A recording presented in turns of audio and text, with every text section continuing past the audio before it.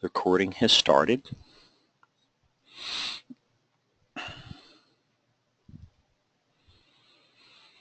And right after, I might actually give it 30 seconds or so. Right after 11, I'll kick it off. All right. Can you see my screen good? Yes. Good deal. Perfect.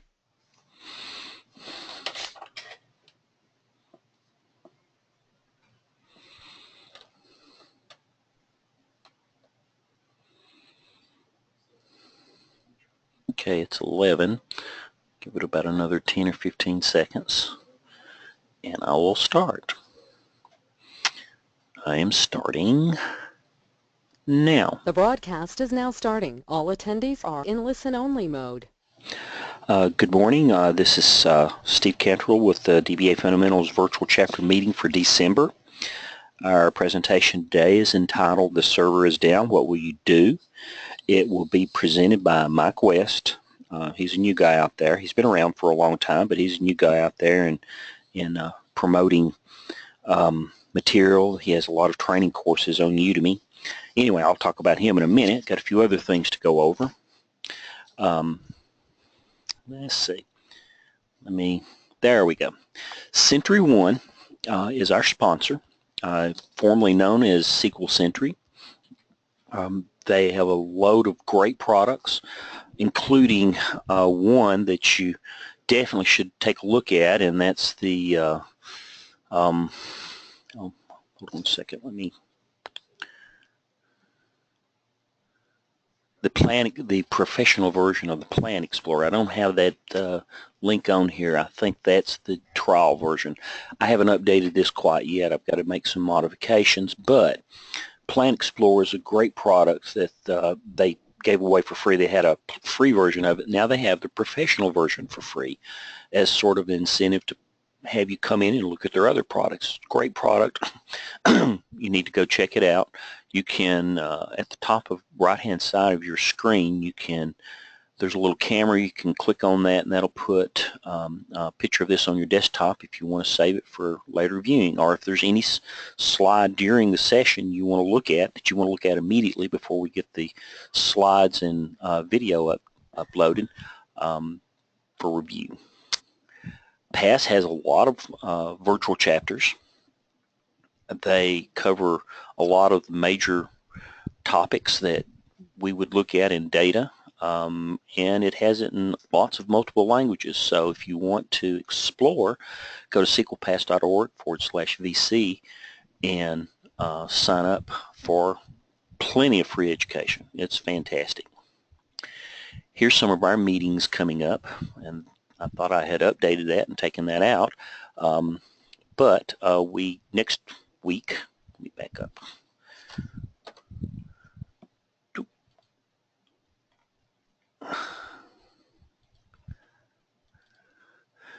Next week we'll have very large databases, lessons learned. That's something that I'm looking forward to seeing, because we've got some databases that are getting fairly large at our site, and I want to go over the different techniques to help work with those.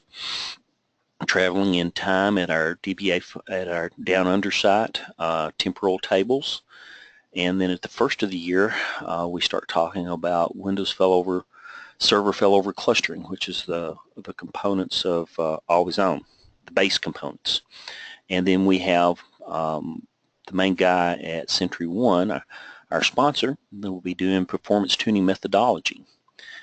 I'll let you, with our emails, you can just look at these later, but we have SQL Skills doing a lot of stuff in the first 2 months of the year, or the second and third, and into the fourth, and then we have Brent Ozar again.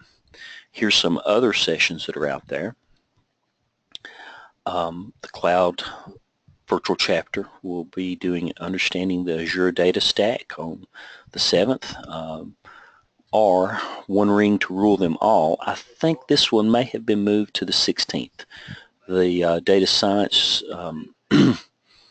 Virtual Chapter and Women in Technology are both co-promoting this one, so check on that one. That one is pretty good. We had a session earlier introducing R. So you just need to get different looks at it. And HANDR, SQL Server Transactional Replication, a deep dive. That's still a product that practically every site uses or has used in the past or maybe using in the future. And Saturday Night SQL, I love that chapter. And the Women in Technology is one of the ladies that runs that. Is going to be doing one on indexing fundamentals, which I think will be great with our chapter. We will be recording the sessions, this session today, and you can, if you want to bookmark this screen, you can get it at our archive site, or you can go to our YouTube site, and Mike will be letting you know how you can get a hold of slides or any scripts that he uses in this session. Okay.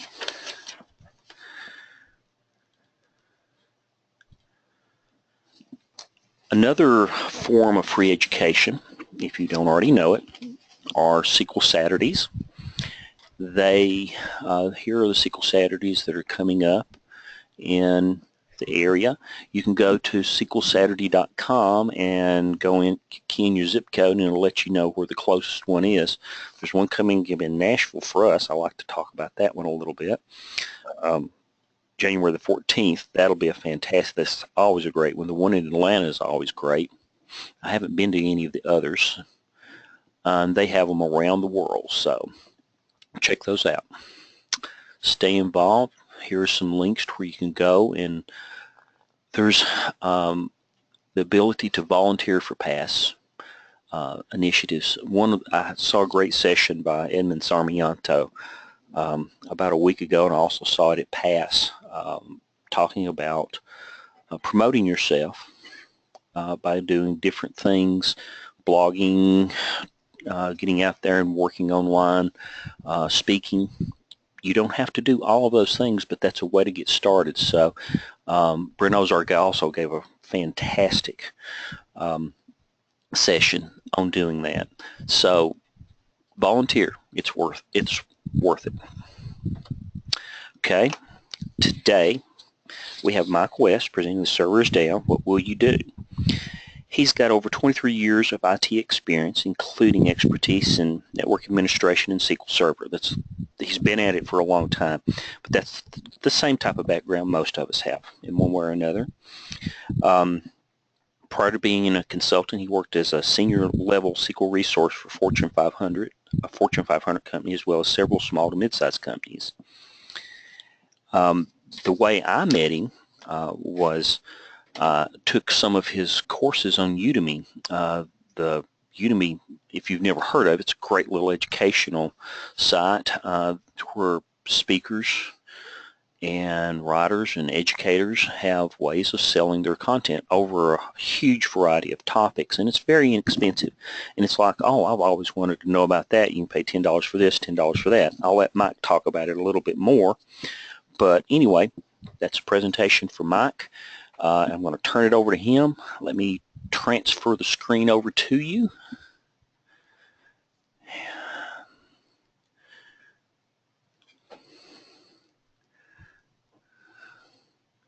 Here we go.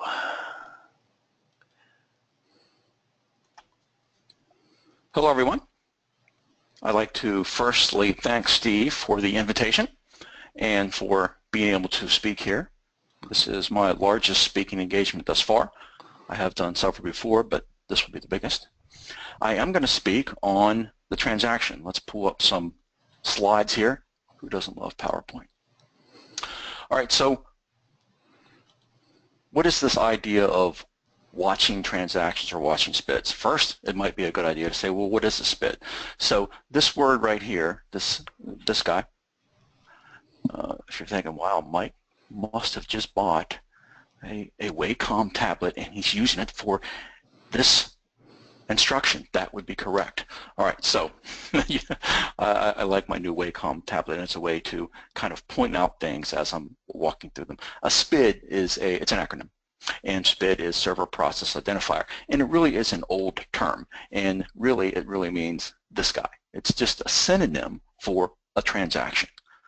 All right, so why is watching SPIDs so important? Let's clean this up a little bit. Well, because Microsoft case files, now this isn't something I just made up. Microsoft case files tell us that about 90% of all outages are the result of blocking. Now, what caused the blocking? That's for you to determine and us for to analyze and then to correct. But we know that most outages aren't due to SQL Server being down because the server service started. All right. Most outages are due to blocking.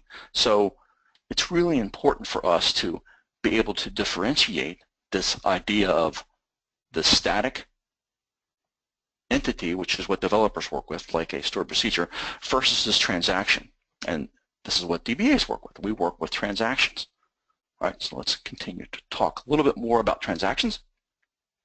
All right, so let me tell you who am I. That is me right there. Yeah, that's me. Now, full disclosure, that picture might have been taken a while ago, and I might have a little more gray hair and have added a few extra pounds.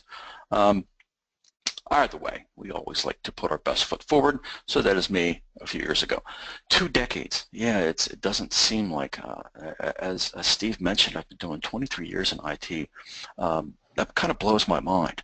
I started as what, Steve said most people start as, if you're a DBA, you started as a network administrator, or it's likely you started as a developer and then moved into the DBA role. And like most, I started as a network administrator, and I started with NT and a product called Novell. I think Novell is still around, and NT is the kind of the operating system. Windows kind of replaced it. So back in the day, you were an NT administrator, you weren't a Windows administrator. All right, so my niche is performance tuning. Again, something I just fell into. I've been doing this for about a decade. And I had, for a while, for about 3 years, I had my own consulting firm, and I work, most of the companies came out of there. I should say it says consulting and worked. So I did both. I worked and consulted for about 50 different companies, and they were all sizes and all over the spectrum of what they were. I've written over 100 different tuning assessments. So what is a, this thing? People say, that are new to SQL Server, they're like, well, what's that? What is that? All right, so SQL Server needs 3 things, right? It needs 3 things to perform optimally from a hardware perspective. One is it needs CPU, it needs memory, and it needs a fast enough I/O disk subsystem. And this guy, in many organizations I found, is usually the problem. So what does this have to do with tuning assessments? Well, tuning assessments are, they're divided into 2 categories, right? So if you write tuning assessments, you write something called health checks. And these are usually kind of less than 5 pages, and they kind of give you a high-level look at SQL Server, right? And then there are the assessments, right? And assessments, sorry for that writing, and these are usually much longer, right? These are usually, they can be, anywhere from 10 to 15 pages, and these are a lot more granular. These are kind of deep dives into how SQL works and kind of looking at everything. You can look at indexes and looking at just about everything you can. It almost equates to a forensic look at SQL Server. And then what you do is you hand these over to the clients. And then you sit down with the client and go over it and make recommendations on what you'd implement to improve the performance of their instances. Instance right there is a key word, right? If you're new to SQL Server, this concept of instance is really important. When you install SQL Server the first time, it's called a default instance, right? When you install it a second time, it's called a named instance. For us, everything happens at the instance level, right? All the resources are shared at this instance level. Right? It's not the database level.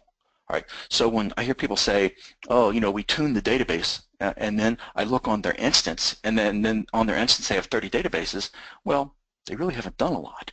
They maybe have tuned 1 or 2 databases, and they've forgotten about the other 28, and the other 28 are absorbing these critical resources.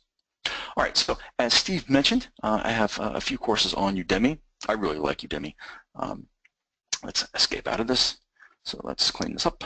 And let's come out of this for 1 second. Where's my, there it is. Let's end the slide.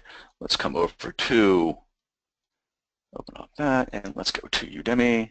And as Steve mentioned, it's just not a SQL Server, or it's just not IT. Anything. I mean, there you can get. I mean, here's how to take selfies. Not something I'm going to take, but you know, it's there. So if you come over and you want to take one of my courses, you type Mike West and you hit enter, and it will give you a list of courses. This first one you can ignore. This is the only one that's not on SQL Server. The rest are. There are over 30 of them on SQL Server. And what I want to do right now, I think if I come over here and let's give everyone a free course that's in line with what we're doing, that talks about the importance of the transaction, and a little bit it dives into using SPOs active. So let's come here and let's go to, I think, chat.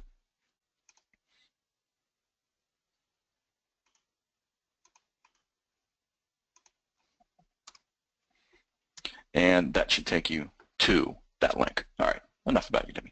Let's get back here and let's run this again.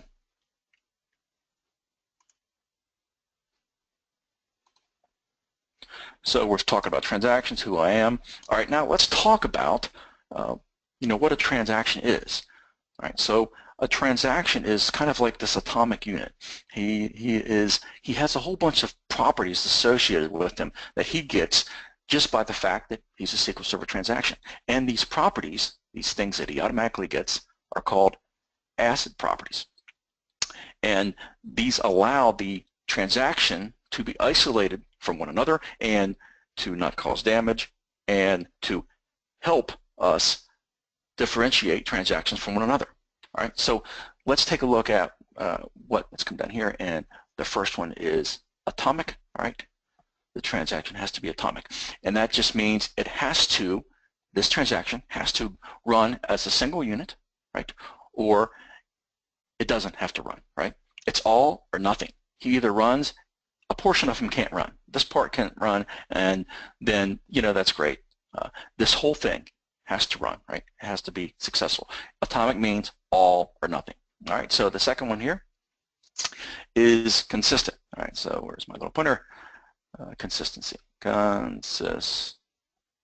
All right, and consistent means that it has to leave the database in a state that it found it in. It can't do anything to harm the database. As a matter of fact, when you write a query, there are very few things that you can do to cause a problem writing a code. As a matter of fact, I don't think I've ever seen any. All right. Oh, just as an aside, we talked about SQL Server, you know, outages and problems.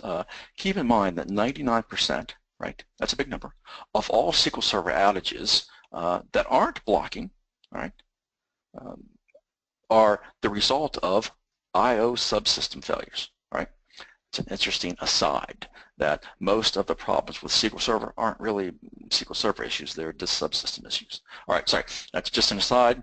Back to ACID. So we've got atomic, we've got consistent, and we've got. Let's come down here and draw our little I, and it is isolated or isolation. The transaction must be independent of one another. You can't have this scenario. I want to run into him. I'm going to run him, and I'm also going to run him, and we're going to cross here and share some stuff. Nope, doesn't work like that. All right, this transaction has to be independent from this one, and this one has to be independent from this one. All right, so they all have to run independently or one another, or they're rolled back. All right, so the last one here is durability. Durability. And durability means that a committed transaction has to be written to the log system first. So in the event of a system failure, all right, that transaction can be rolled back. All right, and what that means, how that's implemented, is something called WAL, and WAL stands for write-ahead logging. And let's do this. Let's ignore that.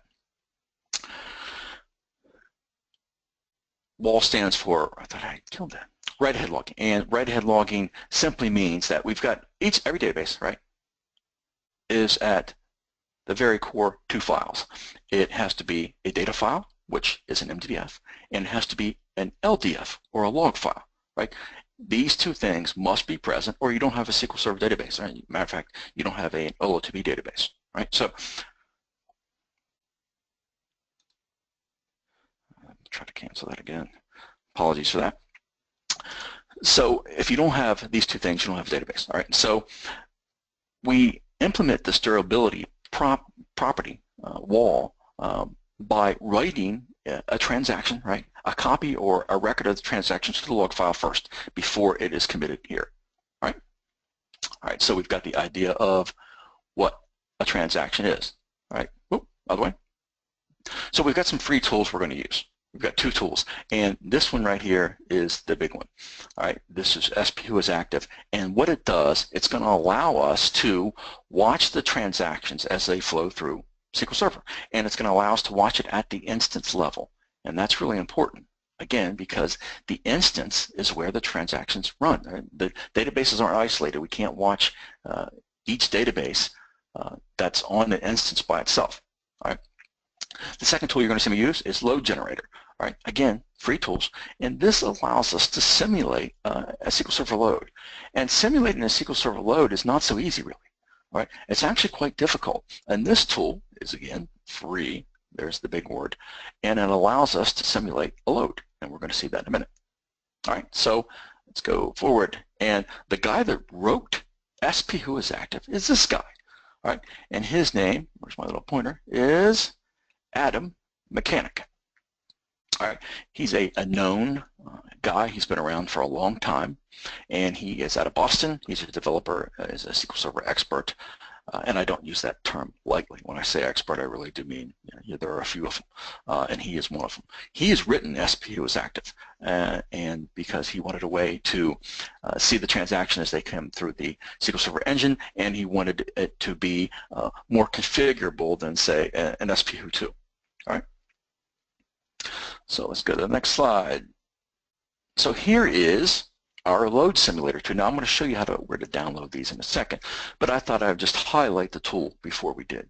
All right, again, that allows us to simulate a SQL load, and we install it. It's a very simple install. It's called SQL Server Load Generator, and we add a query, and this will be an individual transaction here. I'll create a little transaction. That transaction is 1. Over here will be another transaction. All right. And when we hit the start button, as you'll see in a second, it will run this often. All right. So when we hit these, it'll allow us to see the load that we've created on the box. All right. And this really helps us with the understanding of watching SPIDs as they run through the system. So if you don't have SP who is active, you can download it and install it, and it's completely prod safe. I've been installing it for over a decade, and I've never had a problem. It's never caused any issue. So let's move on. I think we're going to next. So what does it do? What does who is active do, and how does it help us? All right. So this right here, every time we execute SP who is active, right, or we hit the F5 button. The F5 button executes our query in Management Studio. And every time we do that, SP who is active gives us a slice of what's running on the box at that instance. All right, it's kind of like a picture. So let's say we hit F5 here, and we have 3 transactions open. Let's see we hit F5 again, and now we have 2. Well, why do we have 2? Well, this transaction came in, did what he was supposed to do, and left. And what he was supposed to do was insert, update, delete. We'll talk about that in a minute. And then let's come down here and hit it again. And now we're down to 1 transaction. Right? So we've hit F5 3 different times, or we've hit execute 3 different times. And we have this picture of the transactions running on the instance. That instance is really key. Right? It's really important that you understand that. At the time it's been running, at the time it's been executed. All right, so here we've got this run. And now, why is there only 1 SPID or transaction running? Well, because this guy came in and did what he was supposed to do. And that's what you want to see in a healthy server. All right, so all these are, as you can see over here, all of these are time slices. F5 time slice, F5 time slice. All right. So it allows us to see what's running on the instance at the time we execute it. All right, so let's go and install our tools. Let's right click, let's under show. You want to keep the annotations? No, we don't want to keep those.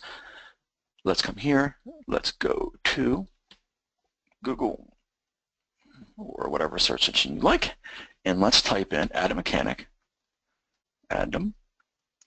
So look, there it is. So type in Adam Machanic, SP who is active, and it's going to take us to Adam's site. I install this. The first thing I do when I come into an organization, whether it's a consultant role or I'm an employee, this is the first thing I do. And it really is. People are like, oh, you just say that. No, no, I don't just say it. The first thing I do is install SP who is active. So it takes us to the download page. We download SP who is active.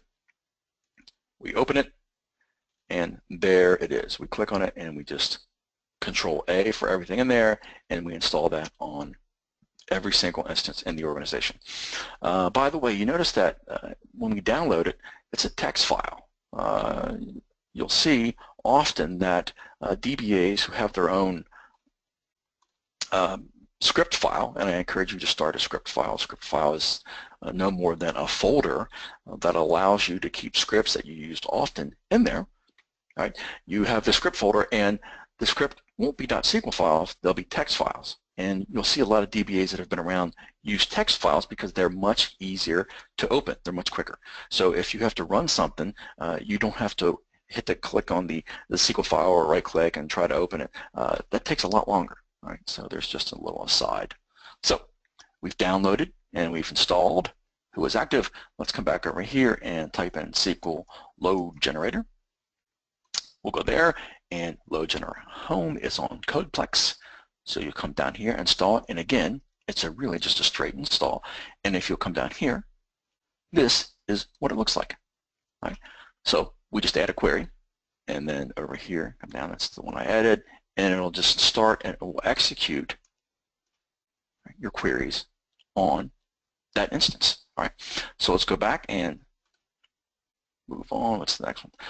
So the default, let's take a look. The default, we can execute SP who is active, all right, on our instance simply by typing in, well, we don't even have to type all that. Let's just come over here, new query, and let's just type SP who is active, and we want to make sure we're in the context of the master database because that's where it's installed.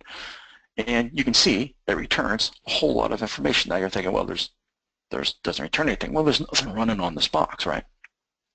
So let me show you. Let's come over here to load generator and let's see if we can capture something. All right, so here we go. Now let's stop load generator. So we're going to stop all queries. Great. And now it gives us the default, right, by just typing in SP who is active, gives us a whole bunch of information. Right? It gives us the time, it gives us the session or SPIT ID, right? It gives us the text of what is running, right? Wait info is really important. We'll talk about that in a minute. It gives us the blocking session ID, right? Blocking, really important.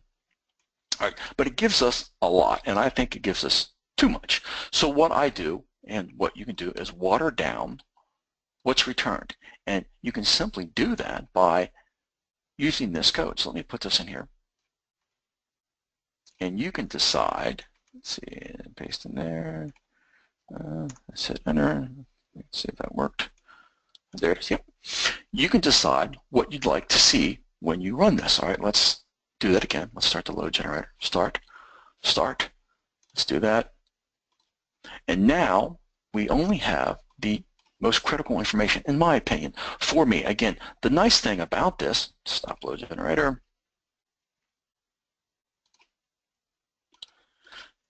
is that we can configure it to our liking.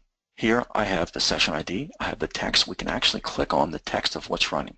Right? So this is the code that's running. Now it doesn't give you the entire story procedure, right, or the entire code, which is really nice because it allows us to see what's running. Well, what if this SPID is just sitting here, right? And it's just burning, it's just continuing to run, right? As we hit execute or as we hit F5, then we know something's wrong, all right? We want, watch this, let's click this again. Nothing. That is what a healthy SQL Server should look like. So as we, what I call sitting on SP who is active, these SPIDs should come in, the transactions, come in and go, come in and go. You don't want to see, when you execute this, 100 SPIDs open or 100 SPIDs blocking. Let's go back and take a look at that. So I trim the columns. Again, you can trim them down to whatever you'd like by simply removing one of these columns. Now I don't want to remove that. Let's go ahead and remove the query plan. Let's say we don't need that. We'll just subtract him out. We'll hit execute again. Might as well start load generator. Let's start load generator, start. And now we've watered down what we're going to see, right? And we just have the text. We have the blocking, wait info, database name, and the host name. Here's the server running the code, right?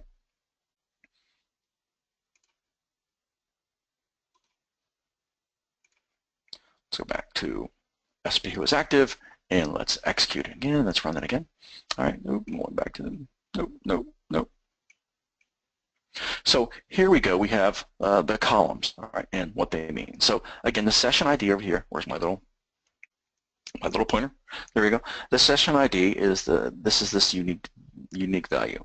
This is the SPID, so to speak, right? The server process identifier, or the unique value for the transaction. All right, this is the text, right? And the text we can click on to see what's running. That really is awesome. You will use this a lot because you will see what's blocking and what's running when it shouldn't be.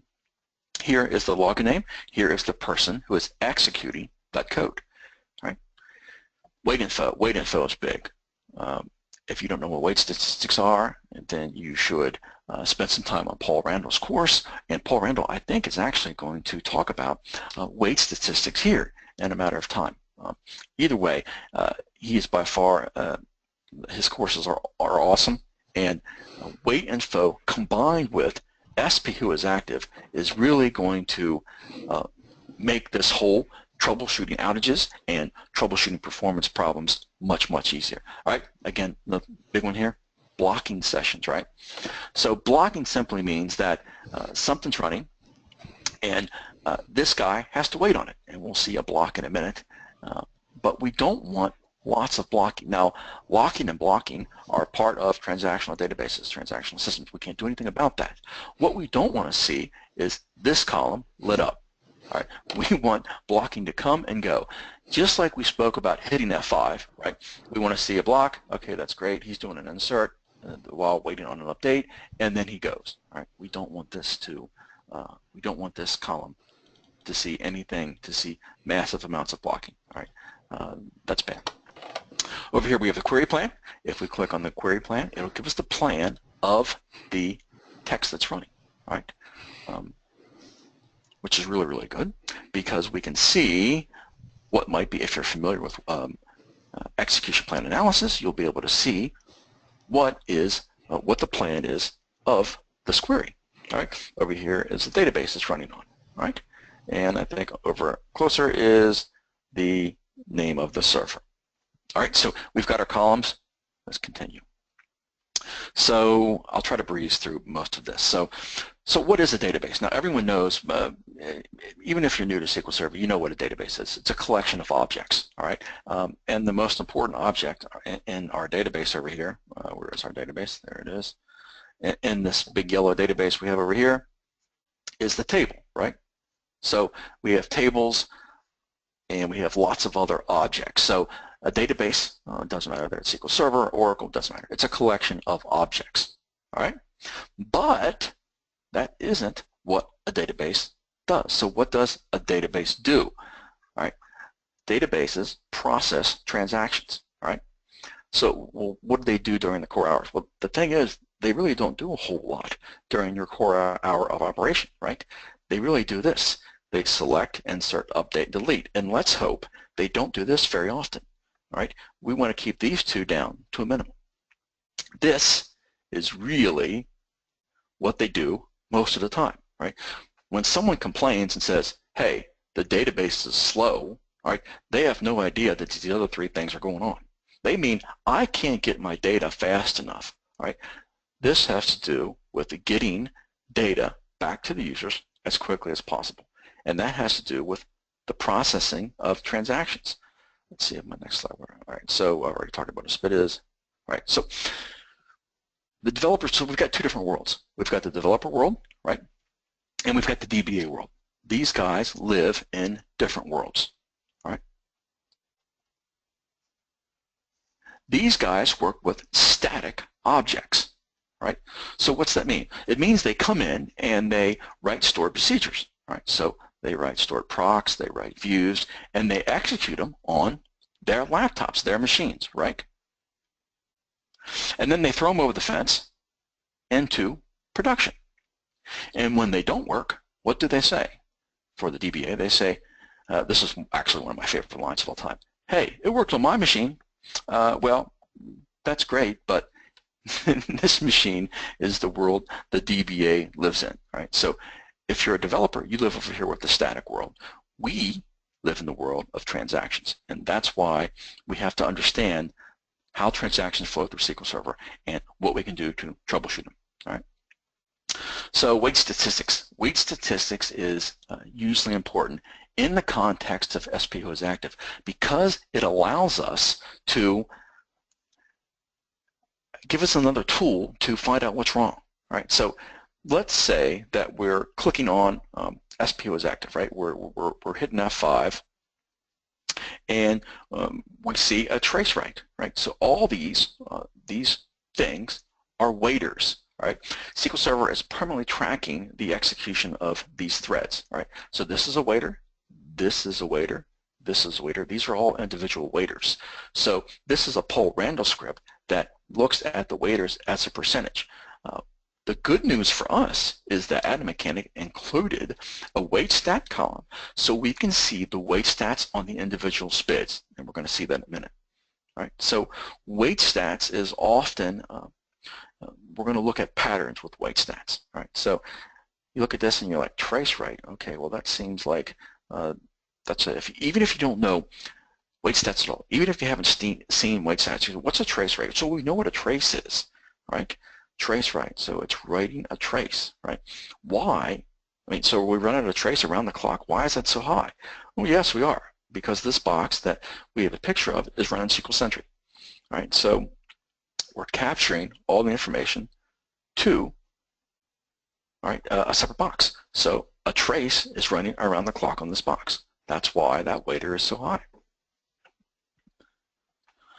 All right, and wait stats, again, I don't want to step on, this isn't about wait stats, but I do want to give you some insight into wait stats. So when we look at the output of SPO is active and you see the wait stat column, you can kind of get an idea right away, right? So wait stats, looking at wait stats are often looking about patterns, right? So let's take a look. So let's ignore the very first one right here. All right, this simply means parallelism is happening. And let's come down here to these three things. All right, so write log, page IO latch, and another page IO latch. These are different types of latches, share and exclusive. But this is a pattern. Well, and you're like, well, okay, well, what kind of pattern? Well, these all have to do with the IO subsystem, the disk subsystem, right? So we've got our disk subsystem, we've got a whole bunch of disks, and this means, right, remember our log file, we've got our log database, we've got our MDF and our LDF, and our LDF is here. This means that SQL Server is having a hard time or is slowly writing to the LDF, right? Something's not writing quickly enough for SQL Server to keep up with. All right, so this is a disk, right? This is often a result of a possible disk issue. All right. Next, we have the IO latch.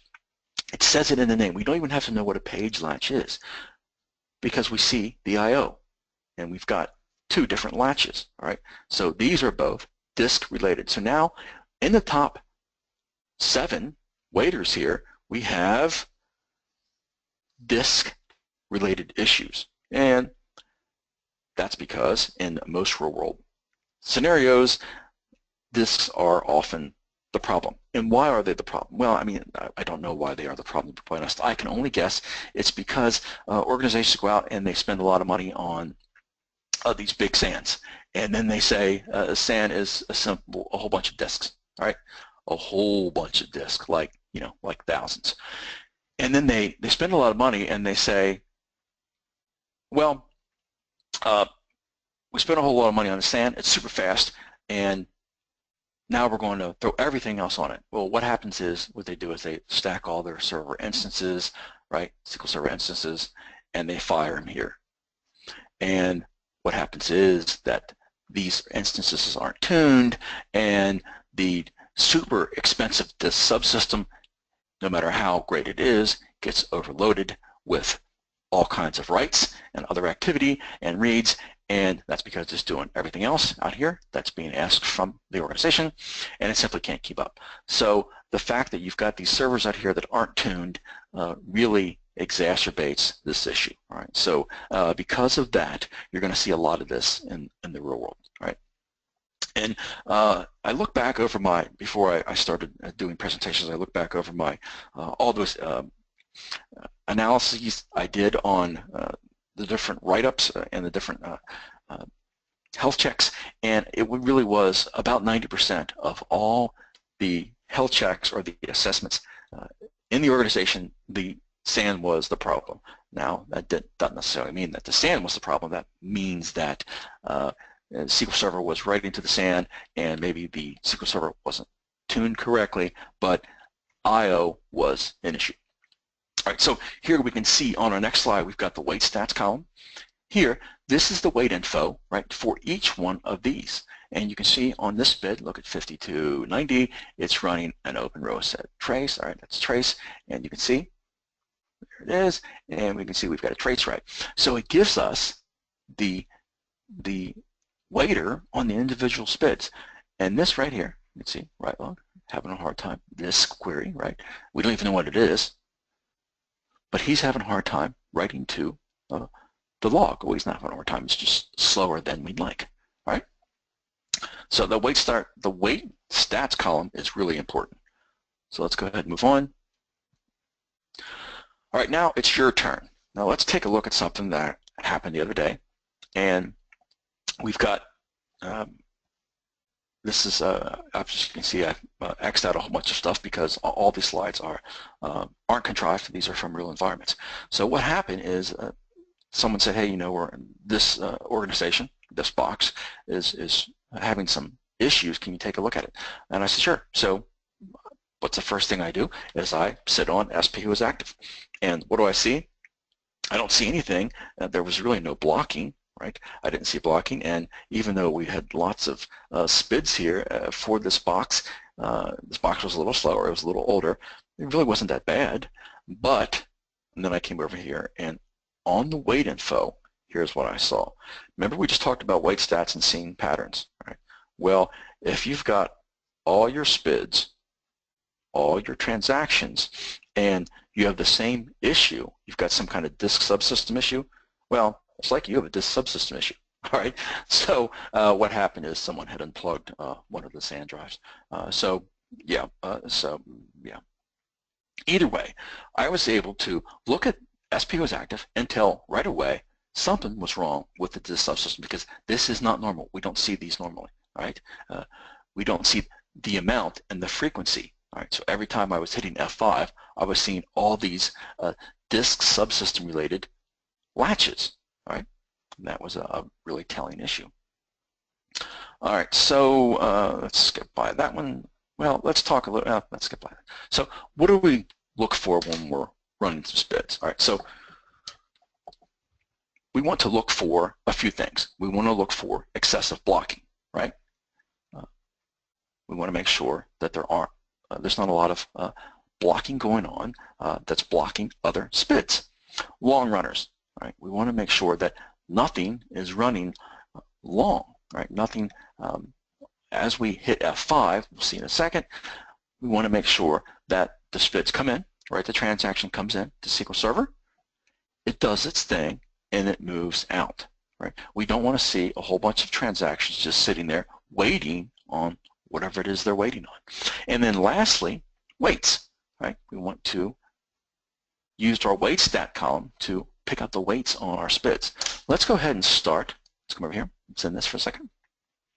Let's discard that, and let's start our simulator, right, to watch some SPIDs.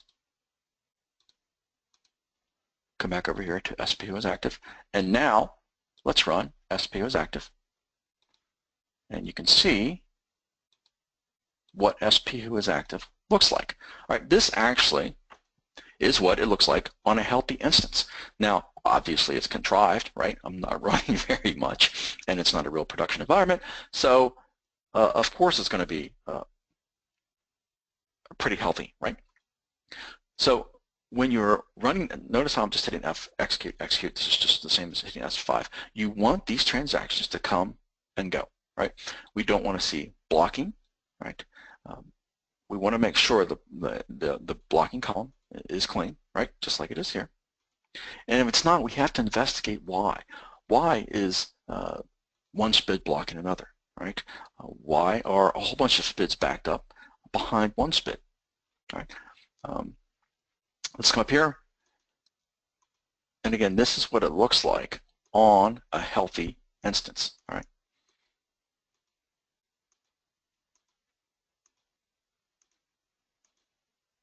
There we go. Remember I said that it comes in, they run the transactions, and they go. So sometimes we want to see nothing happen. So you can put this on your production box, right, and run SPO is active during core hours. This doesn't, you can run this, and I do, we run this on, we have a box that's doing about 500 million transactions a day, and I use SPO as active on it every single day. It's not going to cause any issue. All right, and it allows us to see what's running.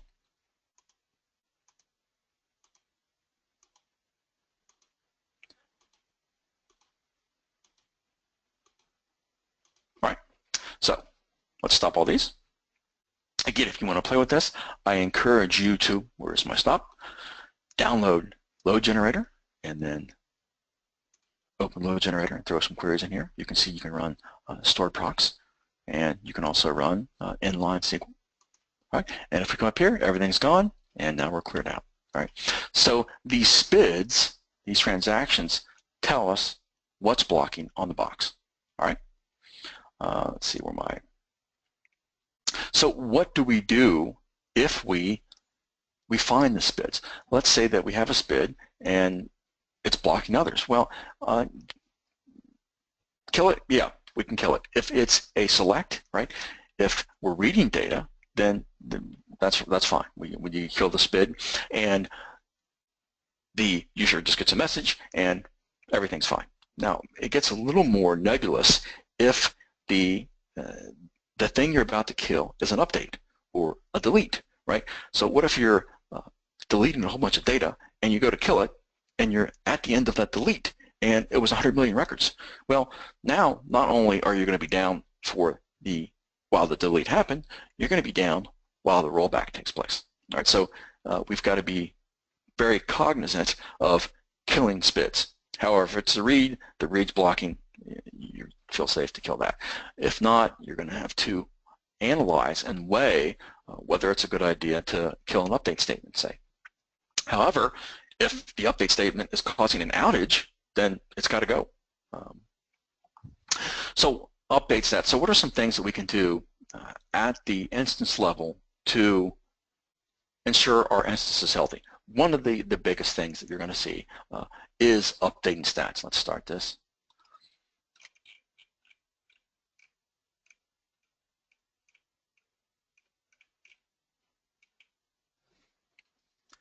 This guy right here is really, really important. Keeping your stats as up-to-date as you can.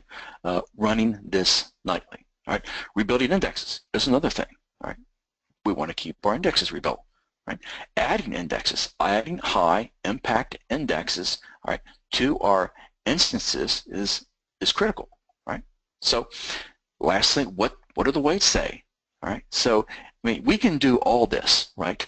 Let's say that we're Brent Ozar and we come in and he takes his tool chest out, or let's say we're Paul Randall. Let's say we're any of those guys. And they come in and they take their toolbox out and they start to analyze the SQL Server, and it's not doing well.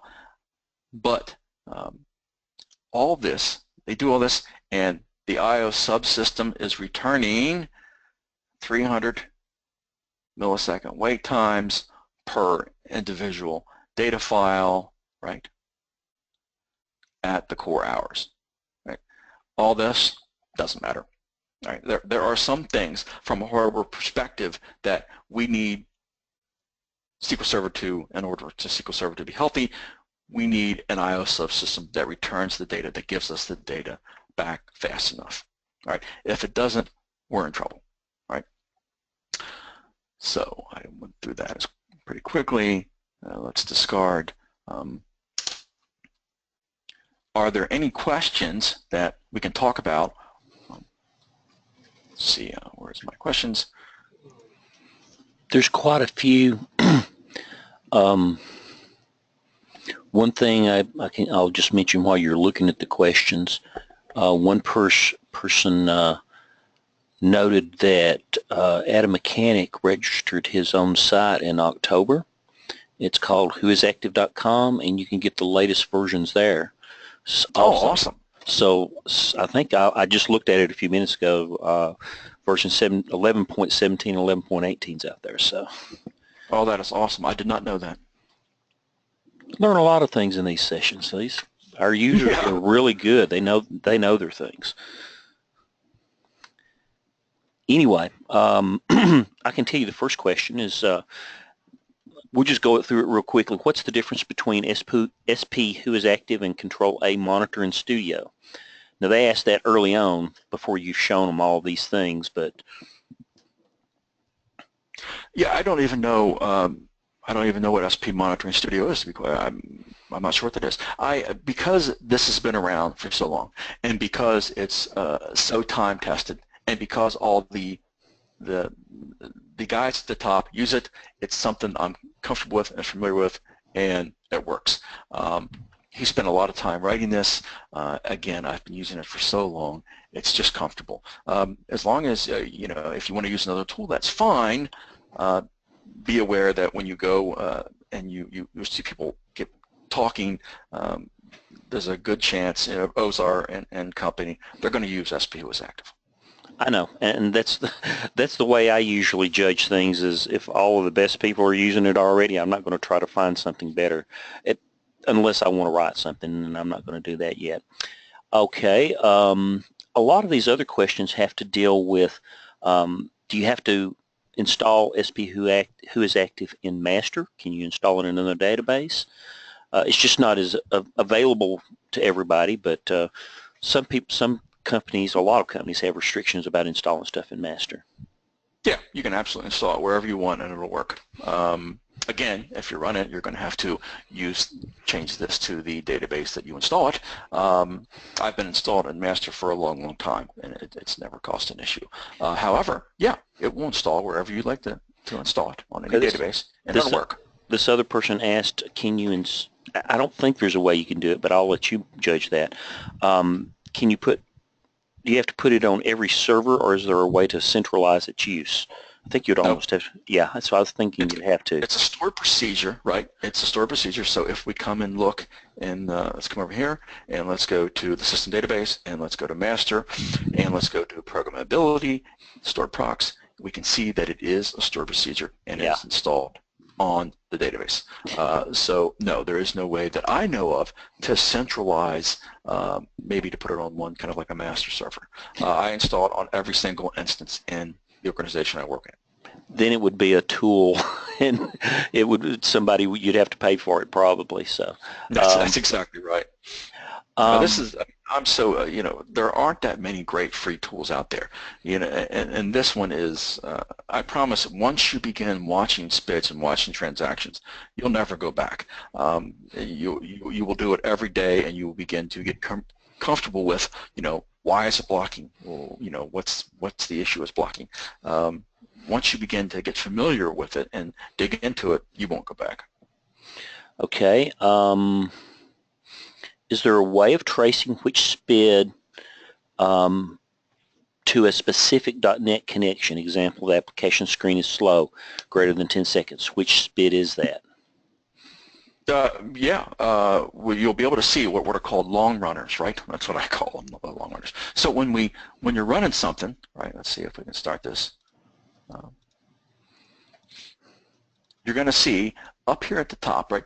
Number 1 is often going to be the longest running SPID, right? So if we, let's come here, let's execute SP who is active without the columns. Let's do it just based on, oh, I just lost my mouse. That's okay. Let's do it just based on the default, right? We're not, we've not weeded out the columns. And if we come over to, there it is, the program name. We can see that it's a .NET SQL Server provider. It is not Management Studio that's running it, and this will tell you the program name of the application running the SPID.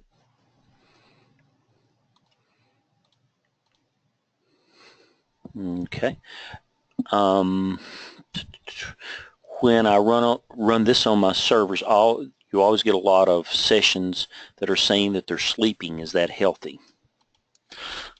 Sleeping just means that the programmer didn't close the connection properly. It doesn't, it doesn't hurt anything, no, because the session's not doing anything, right? It's not consuming the big 3, our critical resources. It's not consuming I/O, memory, or CPU, so it's fine. We don't like to see that. It's kind of like CLR. You're going to see if you've got a lot of CLR stuff in your organizations, you're going to see a lot of those that may be just sitting there waiting. Nope, you worry about the blockers and you worry about the long-running code. Well, the next question is sort of a follow-on. They say that they see sleeping SPID sometimes with open transactions, and that causes blocking in their prod environments. Oh yeah, then that's a different, then you've added another kind of a qualifier to it, right? You've got something sleeping and it's blocking, it's time to go. Absolutely. I mean, if a developer wrote it and he's keeping the session open and it's blocking, then the first thing you want to do is kill it to make sure that that doesn't happen. And you want to go to if the developer's in house and say, hey, listen, listen, you can't keep transactions open on a relational database. That's just not good. Okay. Do you update your stats with full scan usually? No, because full scan takes, it's kind of like a hammer, right? So when you go and you create our maintenance plan and you come over here and maybe you're new and you go to create your maintenance plan, it does a full scan. The problem with full scan is that it is massively resource intensive, right? Even though it might not block, right?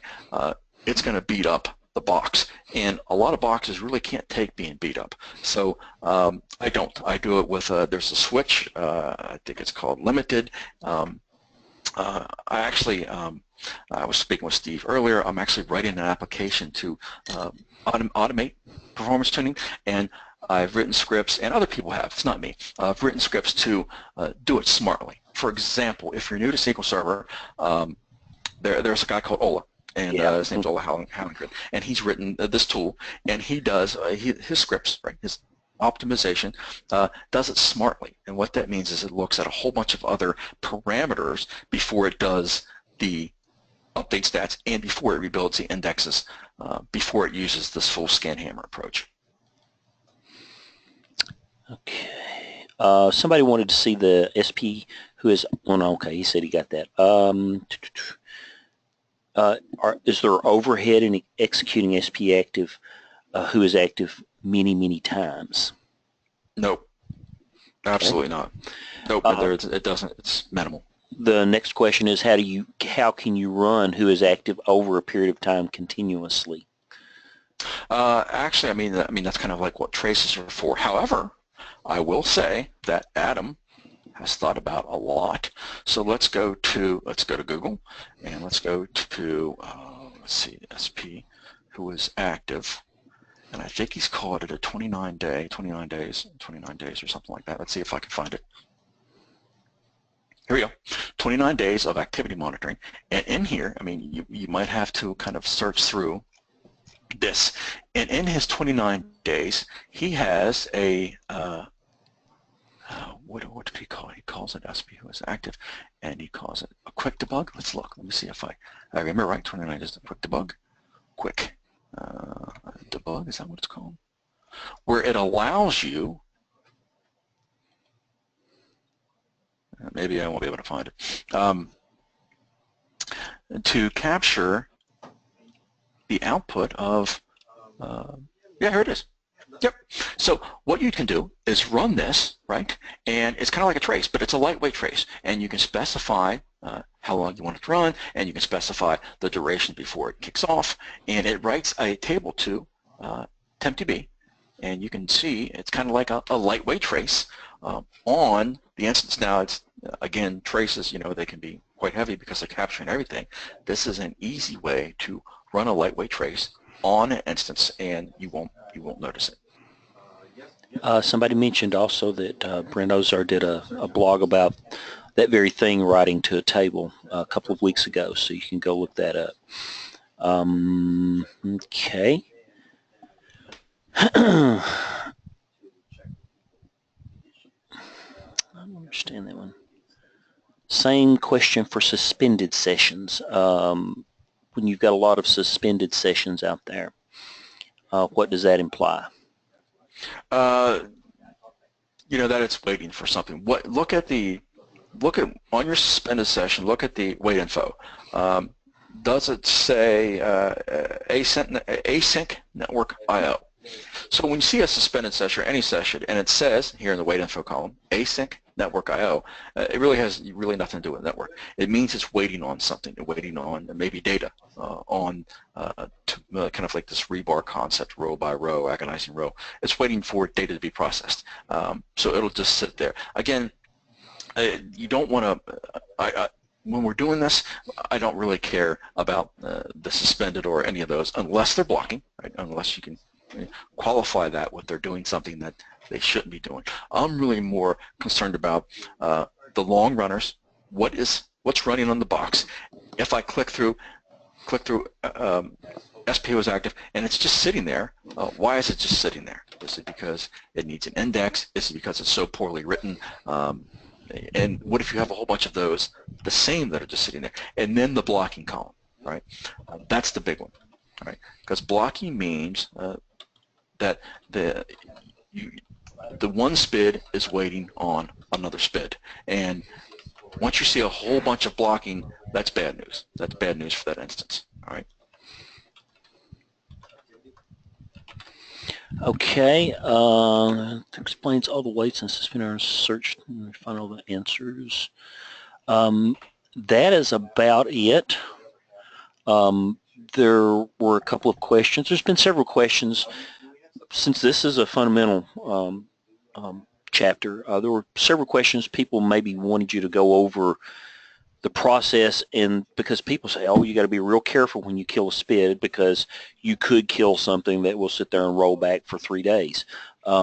So can you go over that just again? I think there was about 4 or 5 questions of people not being sure.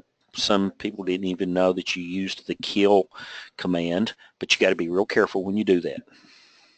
Right, and that's, I mean, if you've got like blockers, right, and you look at SPO is active, and there are 50 blockers, and they're all behind one guy.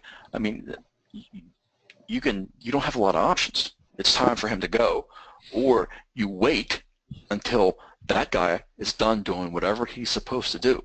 And if it's been a long time, even if it's an update or a delete, he's going to have to go. Right? You can't have in a production environment in your core hours, you can't have one transaction blocking other transactions for 3 to 5 minutes on end. Right? So when you do that, you issue the kill statement, and the kill you put in the name of the SPID or the session ID here.